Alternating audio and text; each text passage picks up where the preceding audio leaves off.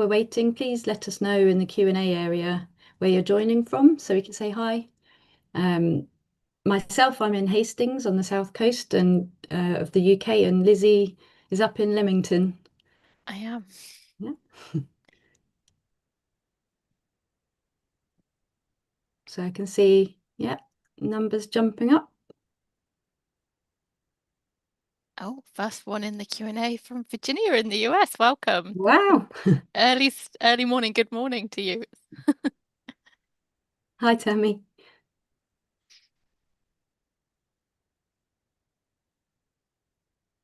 Hi, Sandy in Monmouthshire, Borodar, David in Nottingham, Samantha in Belfast. Fantastic. Thomas in Nottingham as well. I'm off there next week. And Pauline in Essex, Sylvia in Malvern. Excellent. Glad you could all make it. I can see, yeah, there's a lot more of you joining now, so I think we'll make a start. So, hi everyone. Welcome to our webinar, How to Make Your Apple iPhone Easier to Use. I'm Annie Mannion, and I'm Digital Marketing Manager at AbilityNet, and I'll be your host for today's session. So, before we start, just to go through a few bits of housekeeping. We have live captions provided by Andrew at MyClearText, and you can turn on the captions using the CC option on the control panel. We're also live on YouTube, so if you're watching there, you can access the captions via streamtext.net/player?event equals AbilityNet. You can download the slides that we're using if you wish from our website at abilitynet.org.uk/Apple iPhone webinar. And if you have any technical issues or you need to leave early, don't worry, you'll receive an email within the next week with the recording, the transcript and the slides. And then depending on how you joined the webinar, lots of you have found the Q&A window. And if you want to ask any questions, do drop those into the Q&A area. And then finally, we have a feedback survey that you'll be directed to at the end. So please do complete that if you're able. So for those of you who aren't yet familiar with AbilityNet, we're now more than 25 years old, and we're a charity that supports older people and disabled people living with any disability or impairment to use technology to achieve their goals at home, at work, and in education. And we do that by providing specialist advice, accessibility training and testing, and then free information like our downloadable fact sheets and webinars like this today. So today, discussing how to make your iPhone easier to use, we have joining us Lizzie Green, who's a disability consultant at AbilityNet with vast experience of assistive technologies, and she's going to outline the key ways to adjust your smartphone settings to help you with everyday tasks on your phone. And just before Lizzie shares her excellent advice with you today, I'm just going to share a quick poll about you all here today. So let me just launch the poll now. So can you tell us what you find most challenging on your Apple iPhone? Is the text too small? There are too many buttons and apps. I keep tapping the wrong thing. I'm worried about making a mistake. Notifications pop up all the time. All of the above, or not applicable. So you can see lots of you are answering. Yeah, excellent. Give it a few more moments. Depending on how you've joined the webinar, if you can't see the poll, you can respond in the Q&A area as well.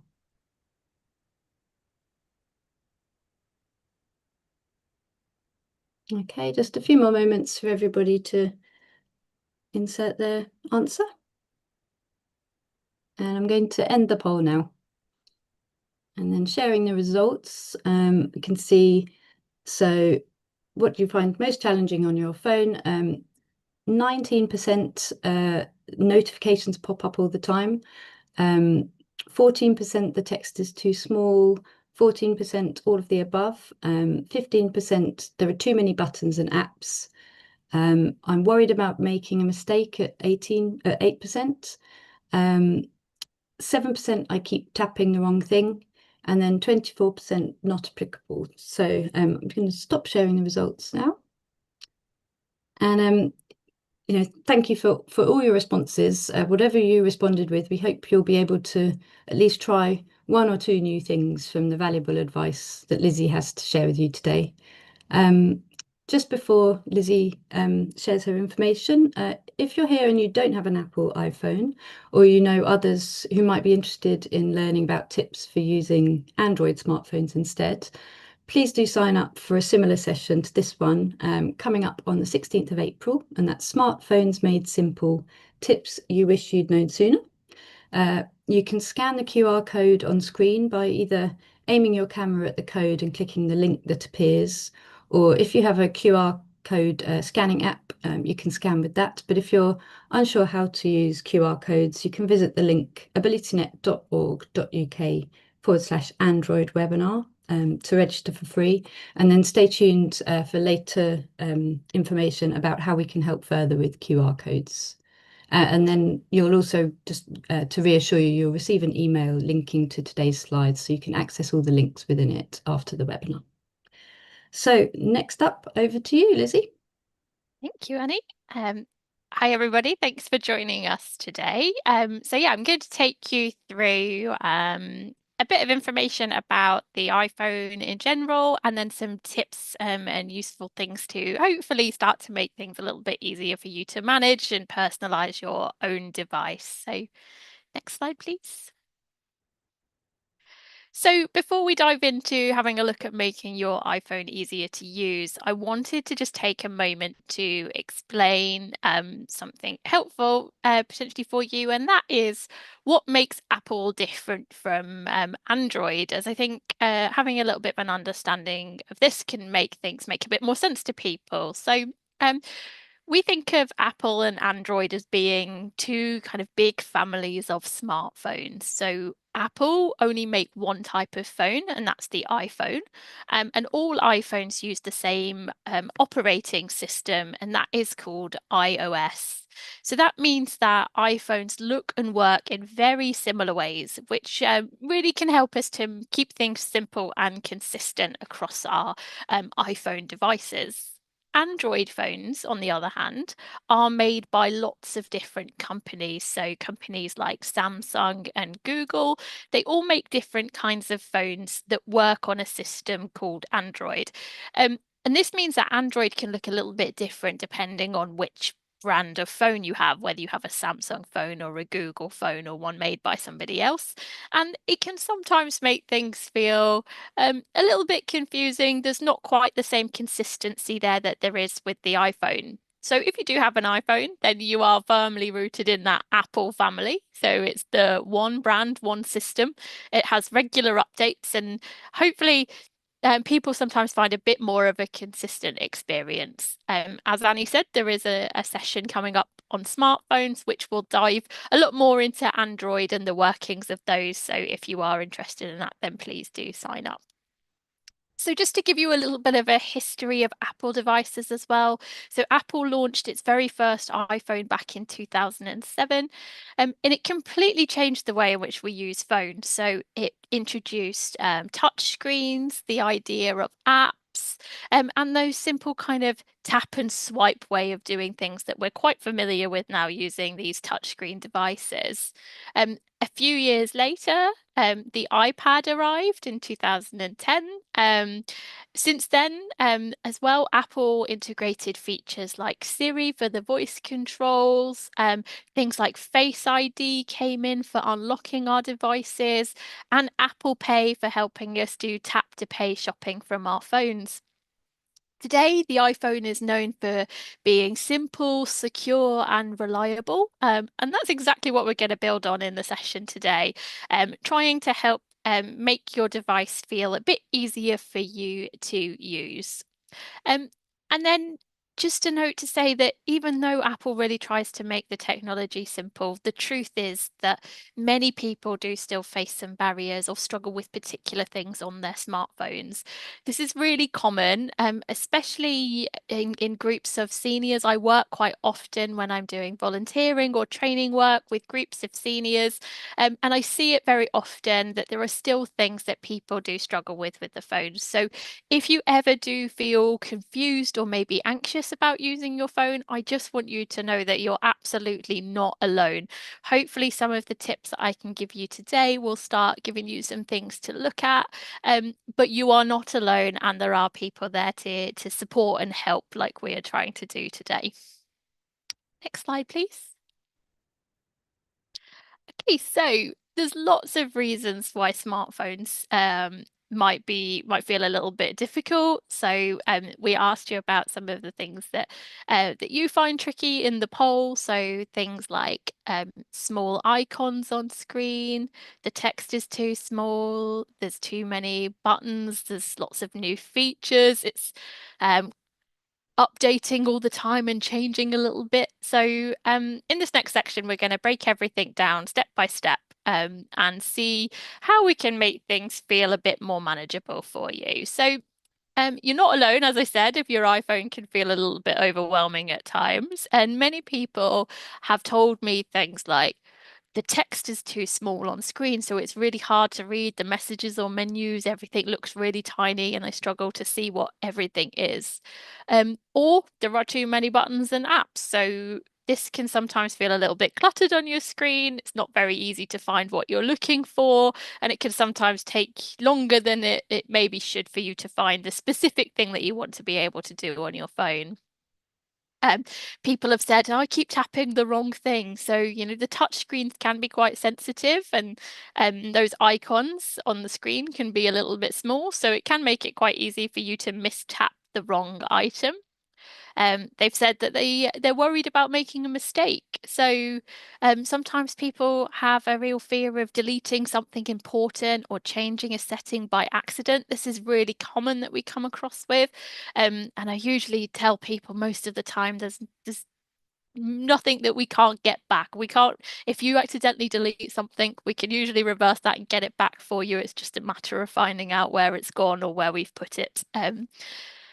People say notifications pop up all the time. This was a popular one in the vote there. So those alerts and pop-ups that come up can be distracting for some people, confusing for others. You might not know kind of how to access the things that are coming up in the pop-ups and notifications, or just how to manage those to make them kind of come up as and when you want them, or just to change your preferences. So the good news is there's lots of simple ways for us to have a look at fixing or changing these barriers. So making the text bigger, trying to make our screens a bit more clearer, making use of things like voice commands, or just changing the settings in our phones to make them work for us and not against us.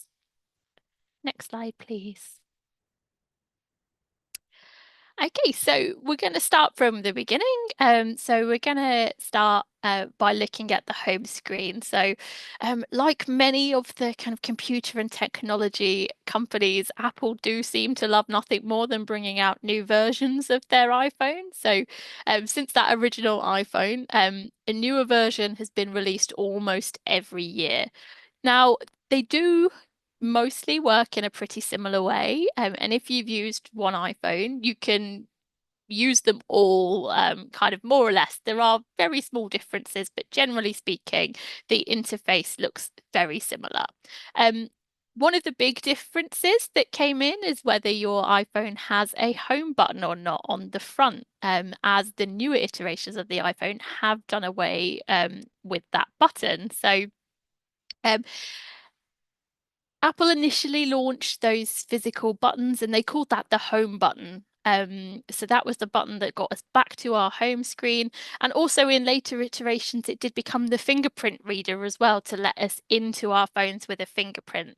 So from about 2017, when they released the iPhone X, they replaced that home screen button, so there was no longer a button there, and the fingerprint ID was replaced with the face recognition ID. So the camera uses the front camera to scan your face, and that is what lets you in. And then they changed to what they call gesture-based navigation. So rather than pressing a physical button of the home screen, the gestures like swiping down and up came into use to do things that the home button used to do. So the home on the home button models, if you still have one of those, you do still press the home button, or you double click it to do some of the options. And then if you have the newer versions from 2017 onwards, you'll be using different types of swipes to get back to the home screen and do the multitasking options on the phone. And we'll have a look at some of these gestures on the next few slides. So okay, so we're going to start off with the tap gesture. So tapping our screen is what we use to select our items. So if we want to open an app on a screen, we use the tap item to get that app to open. So then we have what's called a tap and hold is the official term for the gesture. But what this means is we're doing a bit more of a longer press on the screen. So we are kind of pressing the screen and holding it down. So this is what we use to bring up extra options. So if we want to rearrange our apps on the screen, for example, which is something that we'll look at later, we need to do these long presses or these tap and hold gestures. So then we have the double tap. So the double tap can be used to do things like quickly zoom in or out if we are on a photograph or on a web page. We can do a double tap, so tapping quite quickly twice to get the zoom in and out on photos and web pages. So then we have the swiping motion.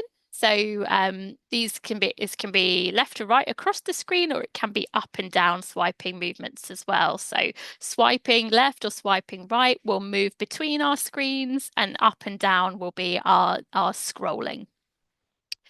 We have a pinch gesture.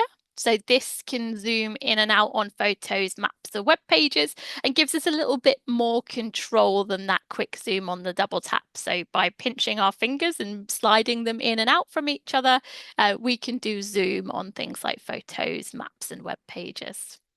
Um, so then the swiping left or right on the home screen in particular will allow us to view things like apps and widgets, which we'll talk about in a bit more detail later, and to move across those home screens and the app screens that we have available, and also use it to open up the app library, which again we'll look into in a little bit more detail later.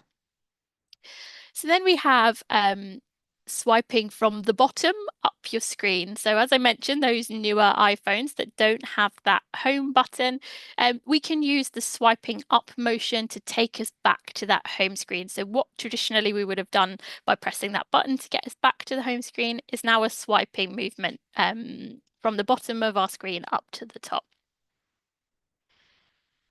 And then on the iPhone with the home button, we can use the home button to open up the control center. And again, we'll talk a little bit more about the control center later. I like to say that we can think about the control center as being a bit like the dashboard in our car, where we can see all of those settings that we need to do at a bit of a glance, but we'll look into that a little bit more. Swiping down from the top of our screen can open our notifications. So let us see what messages and alerts we might have in those notifications. And sometimes as well, if we're swiping down, but from the top right-hand corner, that's what's going to open our control center for those of us that don't have a home button. Again, we're going to go through in the slides a little bit later and look at some of these in a bit more detail with some examples as well, so you can see exactly what we're talking about. So next slide, please. So just the last ones on the gestures list here. So we have Swiping left or right on a notification message. So notification messages usually will pop up when our screen is locked. So when we're on the lock screen, we'll see a message pop up, usually in a little rectangle. We can swipe to the left or the right on these messages, which will either let us manage the message so we can open up the app and have a look at it, or delete the message depending on whether we're swiping left or right. Um, we have a tap and hold. This is particularly on text. So if you are on a website or a text message, you can tap and hold on the text and it will start to select and highlight the text that we have. So a little bit like we might do with a mouse on a computer, where we would hold the button down on the mouse and slide across to select the text. We can press and hold down on the screen at the text that we want. We can slide our finger across to highlight the text or down for the next line.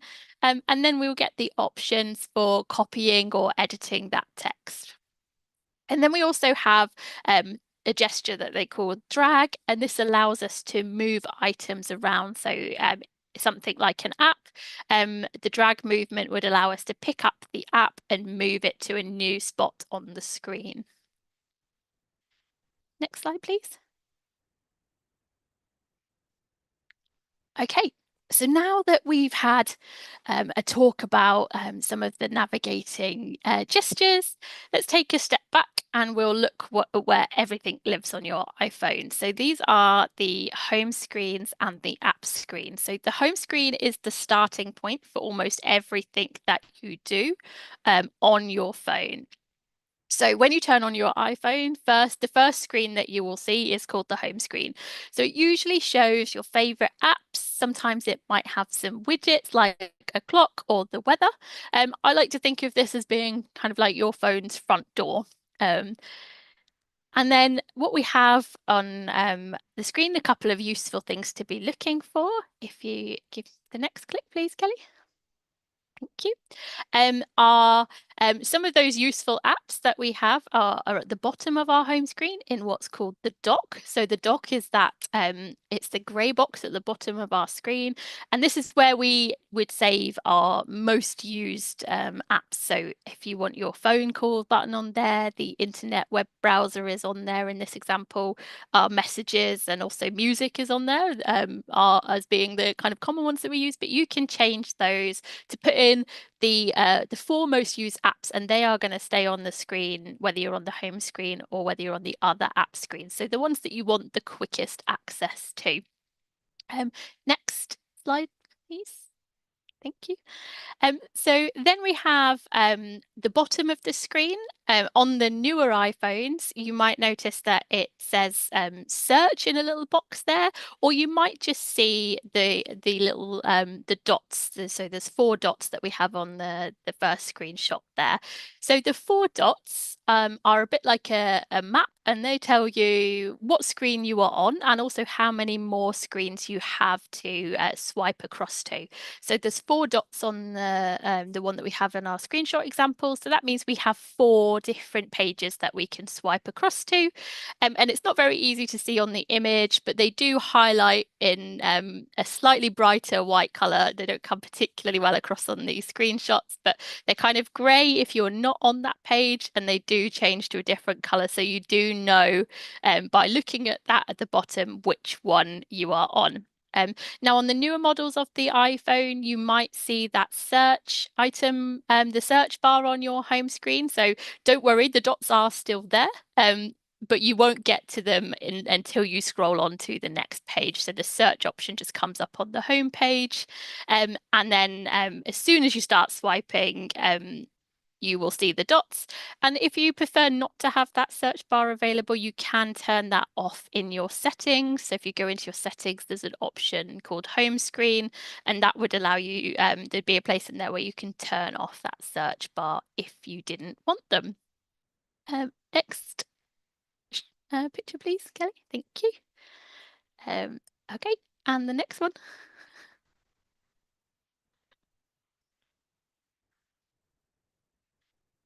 Great, thank you.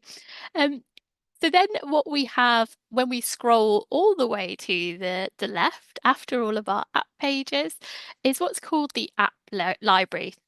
So when you scroll all the way to the last screen, you'll always find the app library. And this is a bit like a filing cabinet for your apps. So it organizes everything into really neat folders, like and it kind of categorizes them into things like social. So maybe the social media apps or the messaging apps will be in social. There's entertainment. Maybe you have things like the iPlayer or Netflix that might go into there. There's utilities. That's things like your settings or some of the kind of default things you might find on your phone, like the calculator or a magnifier. Um, and this is just a really kind of nice place to never lose track of any of your apps because it's always going to be in the app library. So even if you've accidentally moved it on your home screen and you can't remember where you've moved it to, it's always going to be available in the app library to allow you to find it. So the home screen and your app screens can be arranged any way that you like. Like I said, most people put their most used apps on that dock on the bottom of the page, so they're easy to reach. And then you can move everything else wherever you want on your screen. And you can even make folders with on your screens to put similar apps in there. So if you have lots of apps and there's so many on the screens there that you don't want to see all the time, or there's maybe some that you don't use quite as often, you could pop them into folders, and that will just take some of the kind of maybe the clutter off your screen just to make things a bit more manageable to see. You can name those folders whatever you would like to name them, and you can pop whatever you like in there. Now, it's quite simple to move our apps around.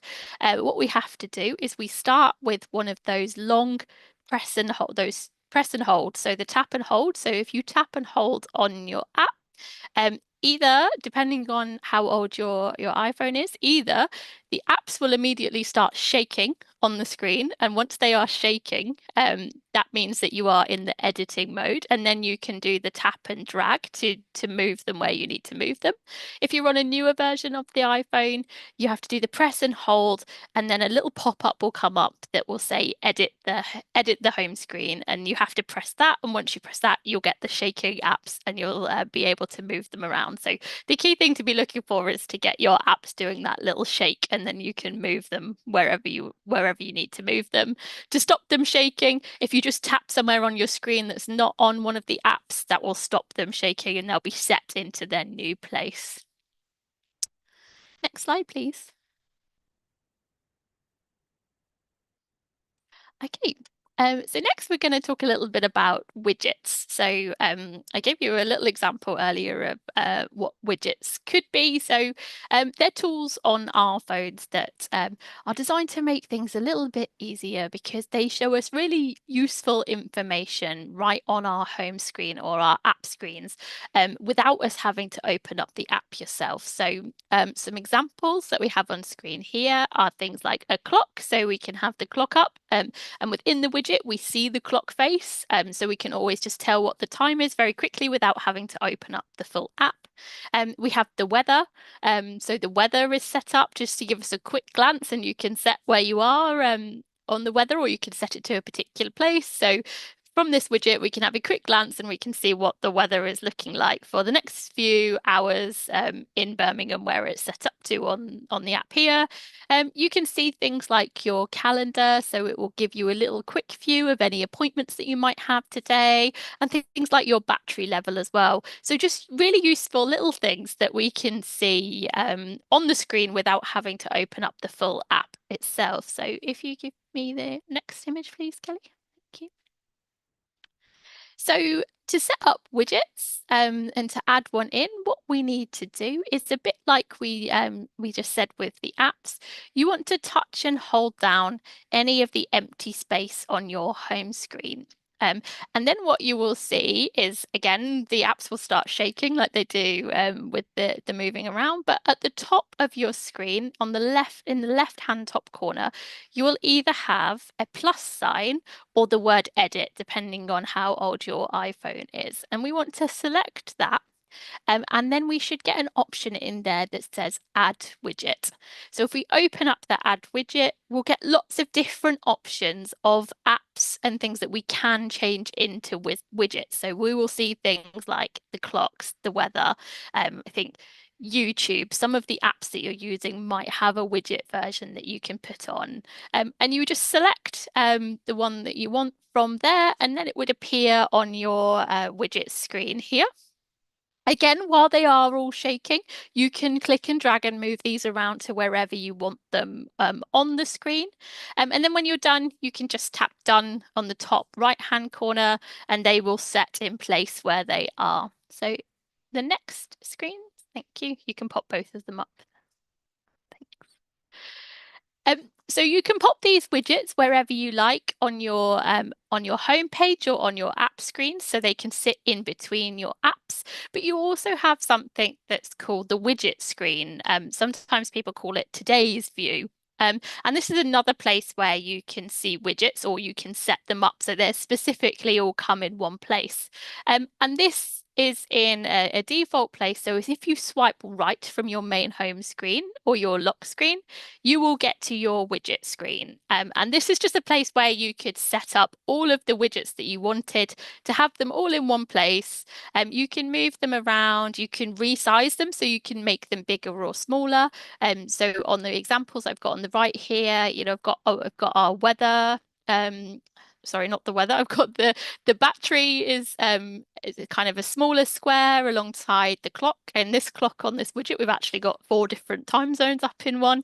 And we've got our calendar reminders. They're a bit bigger and wider, which just gives us a bit more space to see kind of what reminders we've got coming up. So you can change the shapes and the sizes in that edit screen as well to have them how you want.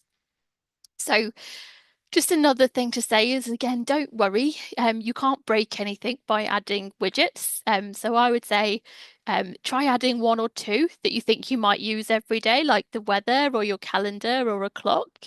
See if you use it. And then maybe if you don't like it, you can take it away again. You can just delete it off the widgets page and try a different one.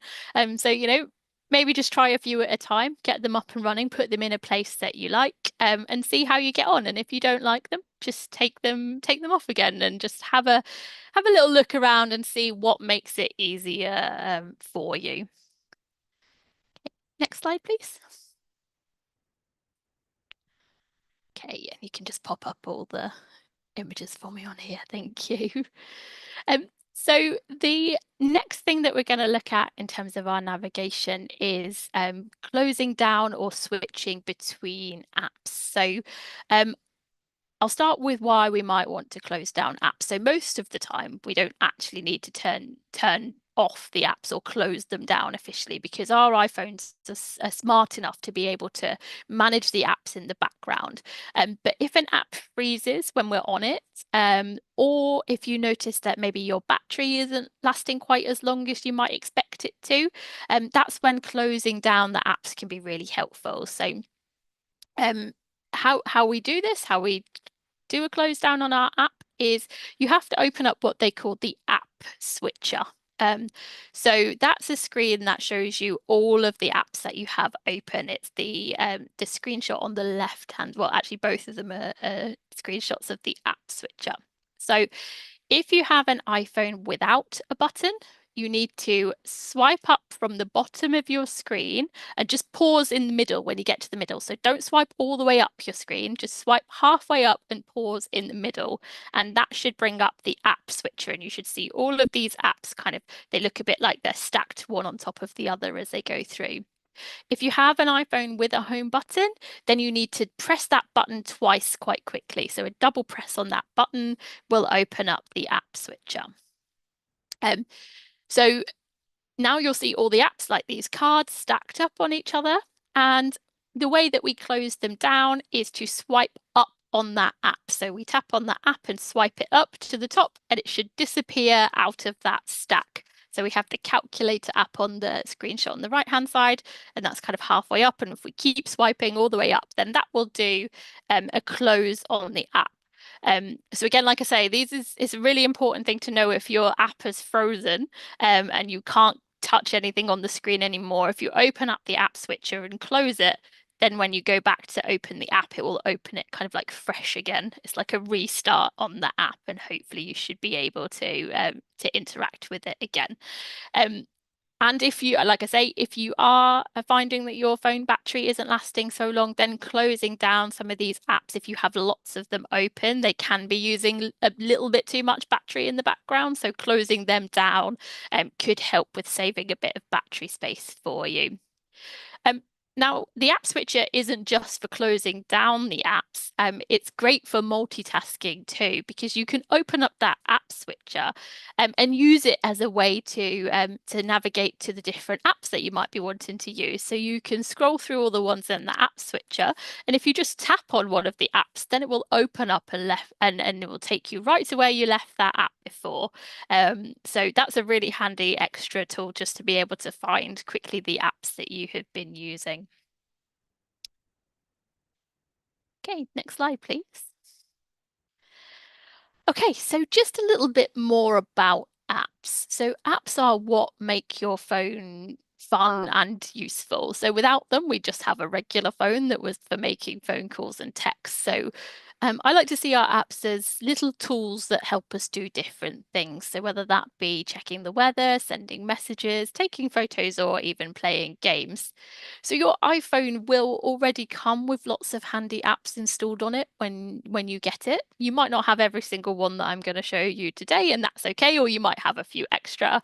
But I'm just going to walk you through some of the apps that are available on your phone that will be there when you get them. Um, so to start off, we have the camera. So this is for taking our photos and recording videos. And everything that we capture from the camera will be saved in the Photos app, which is next to it. So think of this as your kind of virtual photo album. This is where you can view all of your pictures and watch all of the videos that you have made. It's also where you will manage the kind of storage and deleting of any photos that you take.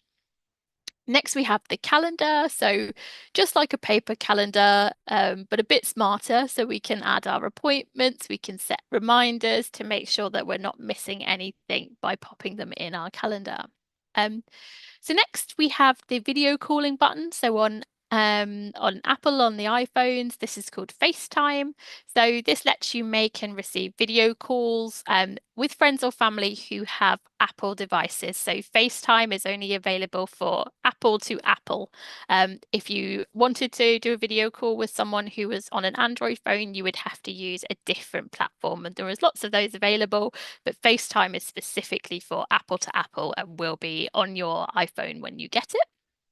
Um, You'll have possibly have a TV app. So this is for Apple TV. So downloading films and TV shows from the iTunes store to be able to watch them on your phone. So these are chargeable services. So you can either pay for downloads, or Apple TV do have a subscription. So it's not for free, but it is a way that you can download films and TV shows straight onto your phone. Then we have the maps. So again, maps really helpful to find your way, get directions, get traffic updates all through the maps on your phone. We have the clock. So this includes alarms. This is where you'll find a stopwatch for doing any timer related things. So and then there's also timers, so you can set timers that will count down the time and give you an alarm reminder. And it also has the world clock in there. That's something that I use a lot of time. I've got lots of friends in different countries that I like to keep track of. So the world clock will tell me what the time is all over the world that corresponds with our time, so I can always keep in check with whether I'm sending the messages at a good time of day or not. Then we've spoken about the dock. So at the bottom of the home screen, that bar where we want to put our maybe most used apps or our most useful apps or the favorite ones, so that they can stay visible wherever we are on the phone. There's a music app that will be on there where you can buy songs from iTunes or listen to them on Apple Music, a bit like the television.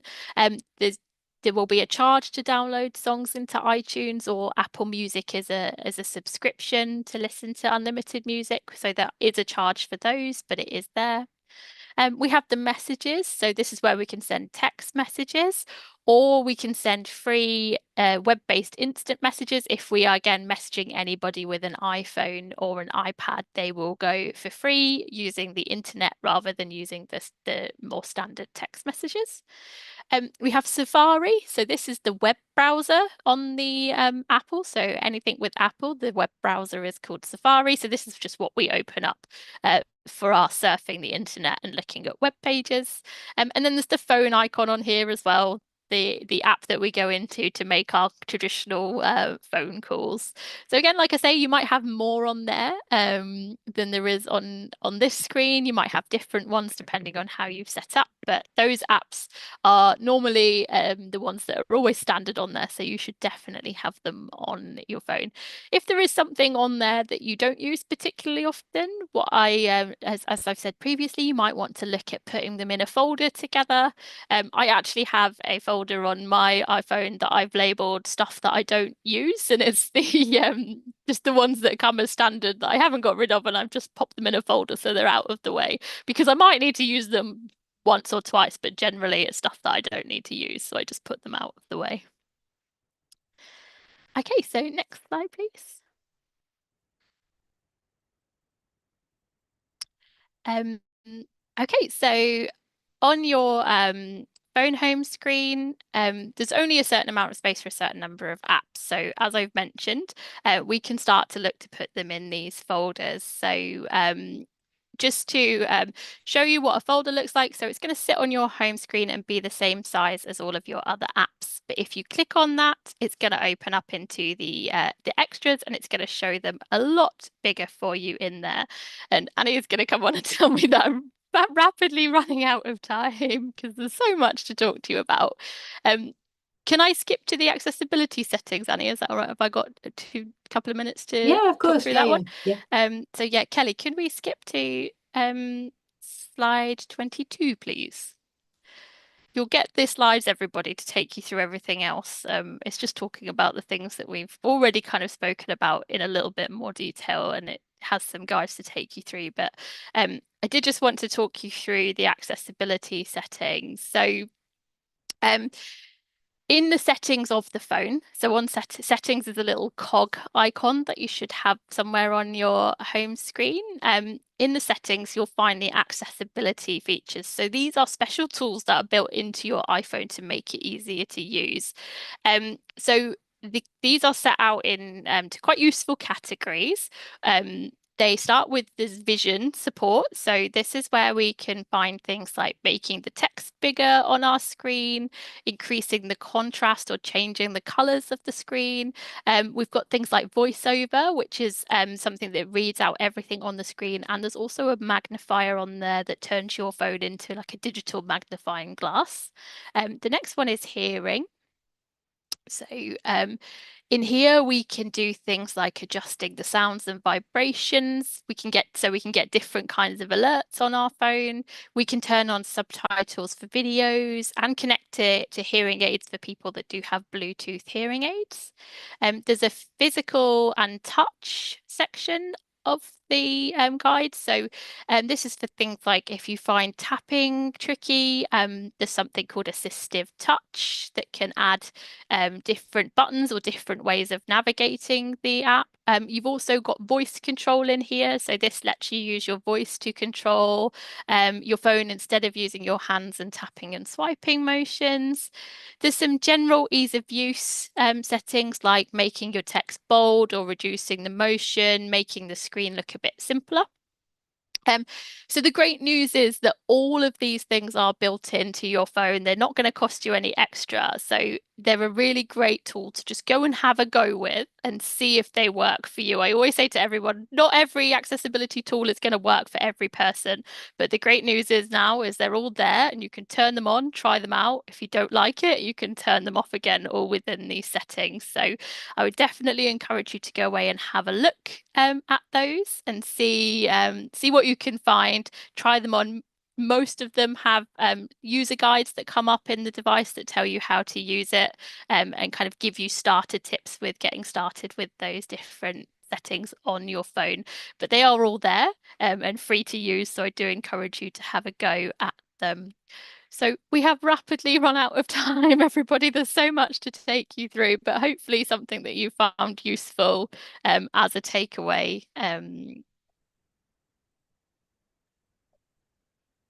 Thanks so much, Lizzie. Yeah, no, there's so many useful features covered, and yeah, loads of great information. So do check out the slides for more information and links. And there's another slide just coming up with lots of information that's on the AbilityNet website for further information about Apple. Um, so I don't know if Kelly, if you're able to go to the next slide, it's got a link to our My Computer My Way site, and there's lots of how-to guides that you can search for Apple devices on there. So yeah, thanks so much, Lizzie, for Thank you. sharing your information there.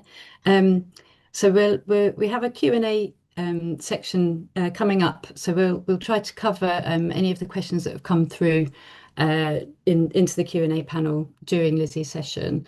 And just a quick reminder, you'll get the slides that we're discussing today in a follow-up email. So just in addition to sharing digital information sessions like today's iPhone tips, we're helping BT Group with spreading the word about the nationwide shift from landline to digital, and that's known across BT's brands as Digital Voice. So if you don't yet know about it and want to find out more and have questions for the BT team, do come along to a free upcoming session like today.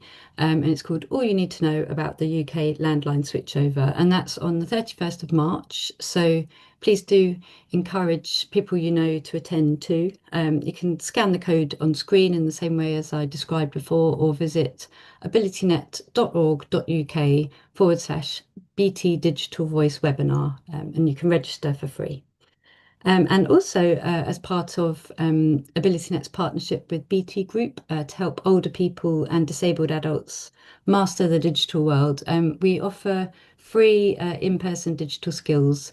So we've expanded to cover a broader set of areas across the UK. So do check out if your region is covered and register at abilitynet.org.uk/BT Digital Skills. And if you don't live in the areas outlined, do give us a call on 0300 180 0028, and one of the AbilityNet team can connect you with a local tech volunteer. Then we also have some bite-sized learning videos on our YouTube channel, and I mentioned earlier the information that we have about understanding QR codes. So there's a video on there with featuring the lovely Lizzie in some of the videos in the playlist. So do check those out on our YouTube channel. So yeah, just we've got a couple of minutes to cover some of the questions that have come through. So moving swiftly on to one of them, is a really nice point that Peter has made, saying if he can't find an app, he asks Siri to open an app. So it can be a lot easier than trying to find it. So yeah, thank you, Peter. And a kind of related point is asking an iPhone to understand speech. So an attendee has said it's often not clear enough, and you have to ask what people say. And I think if there's a way within the iPhone to identify what people are saying, do you have any tips for that, Lizzie? Yeah, so it is a little bit dependent on the version of iPhone you have, how old it is, and what version of the operating system you're running. But on the newer versions of the iPhone, inside of the voice control, you do now have options for adding your own vocabulary in there. And when you do that, it will ask you to record you saying that word 3 times to try and learn your voice and hopefully make things a bit more accurate. And there is also there's an option in there to improve the assistive voice feature. So what you are allowing your phone to do there is take clips of your kind of audio recordings or transcripts. So when you're using the phone and talking to the phone, it will take what you are saying and it will start to learn your voice and hopefully build a more accurate kind of picture of what your voice sounds like to improve those services. So yeah, it's stuff that they are working on, and I think it's stuff that will continue to develop in the future because I think they're very aware of kind of accents and atypical speech being an issue with voice control. Okay. Thanks, Lizzie. There's a few other questions. There's a question from John about he's a voice control user, but the store is asking for him to double click on the side button to install some apps, which he isn't able to do. So assistive touch is on, but it's not working. Is that an issue that you've encountered before? Not something that I have encountered before. So, John, I might need to take that one away and do a little bit more research into that. And maybe we can have a conversation after the session. I can get in touch with you and see if we can work out a way around it. It's not something that I've encountered before, or so I haven't had to try and find a workaround, but happy to work with you to try and do so. Okay, that'd be great. Yeah. So John, yeah, we'll be in touch. And then I think we've just got time for one more question. A question from Jan. Is there a way to close multiple windows simultaneously within an iPhone? It's not a question Not simul I've heard not before. Yeah. not simultaneously, but get if you open up once you're in the oh my God, the name of it's just gone completely out of my head and I was just talking about it. Once you're in your navigation, your app switcher, once you've got that app switcher up, all the apps will just stack one on top of the other. And it is just a case of like up, swipe, up, swipe, up, swipe, up, swipe. So Okay. sometimes what I'll do is I'll sit one day and I'll be like, I just need a big clear out to save my battery. I'll just open up the switcher and I'll just flick up on all of them and that will just close them all down. There isn't a way of doing them kind of in one switch, but if you get that app switcher up, it is just a case of flicking them. So you don't have to open each app one at a time to like close it down. You just flip them up the screen. Okay. Yeah. Well, thank you, and thank you, yeah, everybody for your questions. Sorry we haven't been able to follow up with all of them, but yeah, do send them through to AbilityNet, and we should be able to help you. So yeah, thank you for all your questions and energy, and it's time to wrap up now. But thank you, Lizzie and Andrew with my clear text, and to my colleague Kelly for helping out in the background with tech support. And just a bit more information that might be of interest. We offer free IT support at home and online, and plus yeah, free tech fact sheets, webinars, and do call us with your tech queries on 0300 180 0028. And if you're interested in becoming a volunteer in your area and you're inspired by today, do find out more at /volunteer. We also run online training sessions if you're here from an organisation. So do check those out at abilitynet.org.uk/training. And we have a 10% off code which is available via AbilityNet Webinar 10 when you book. Then just on the last slide, you can sign up to our newsletter for the latest advice about disability and inclusion and information about our next webinars at /webinars. So the next session is on it's on the 31st of March, which is the BT Digital Voice session. But then after that, on the 16th of April, we'll do a similar session to today, focusing on Android smartphones. So we do hope you can join us for that. And yeah, hope to see you then. So thanks, everybody. We'll be in touch soon.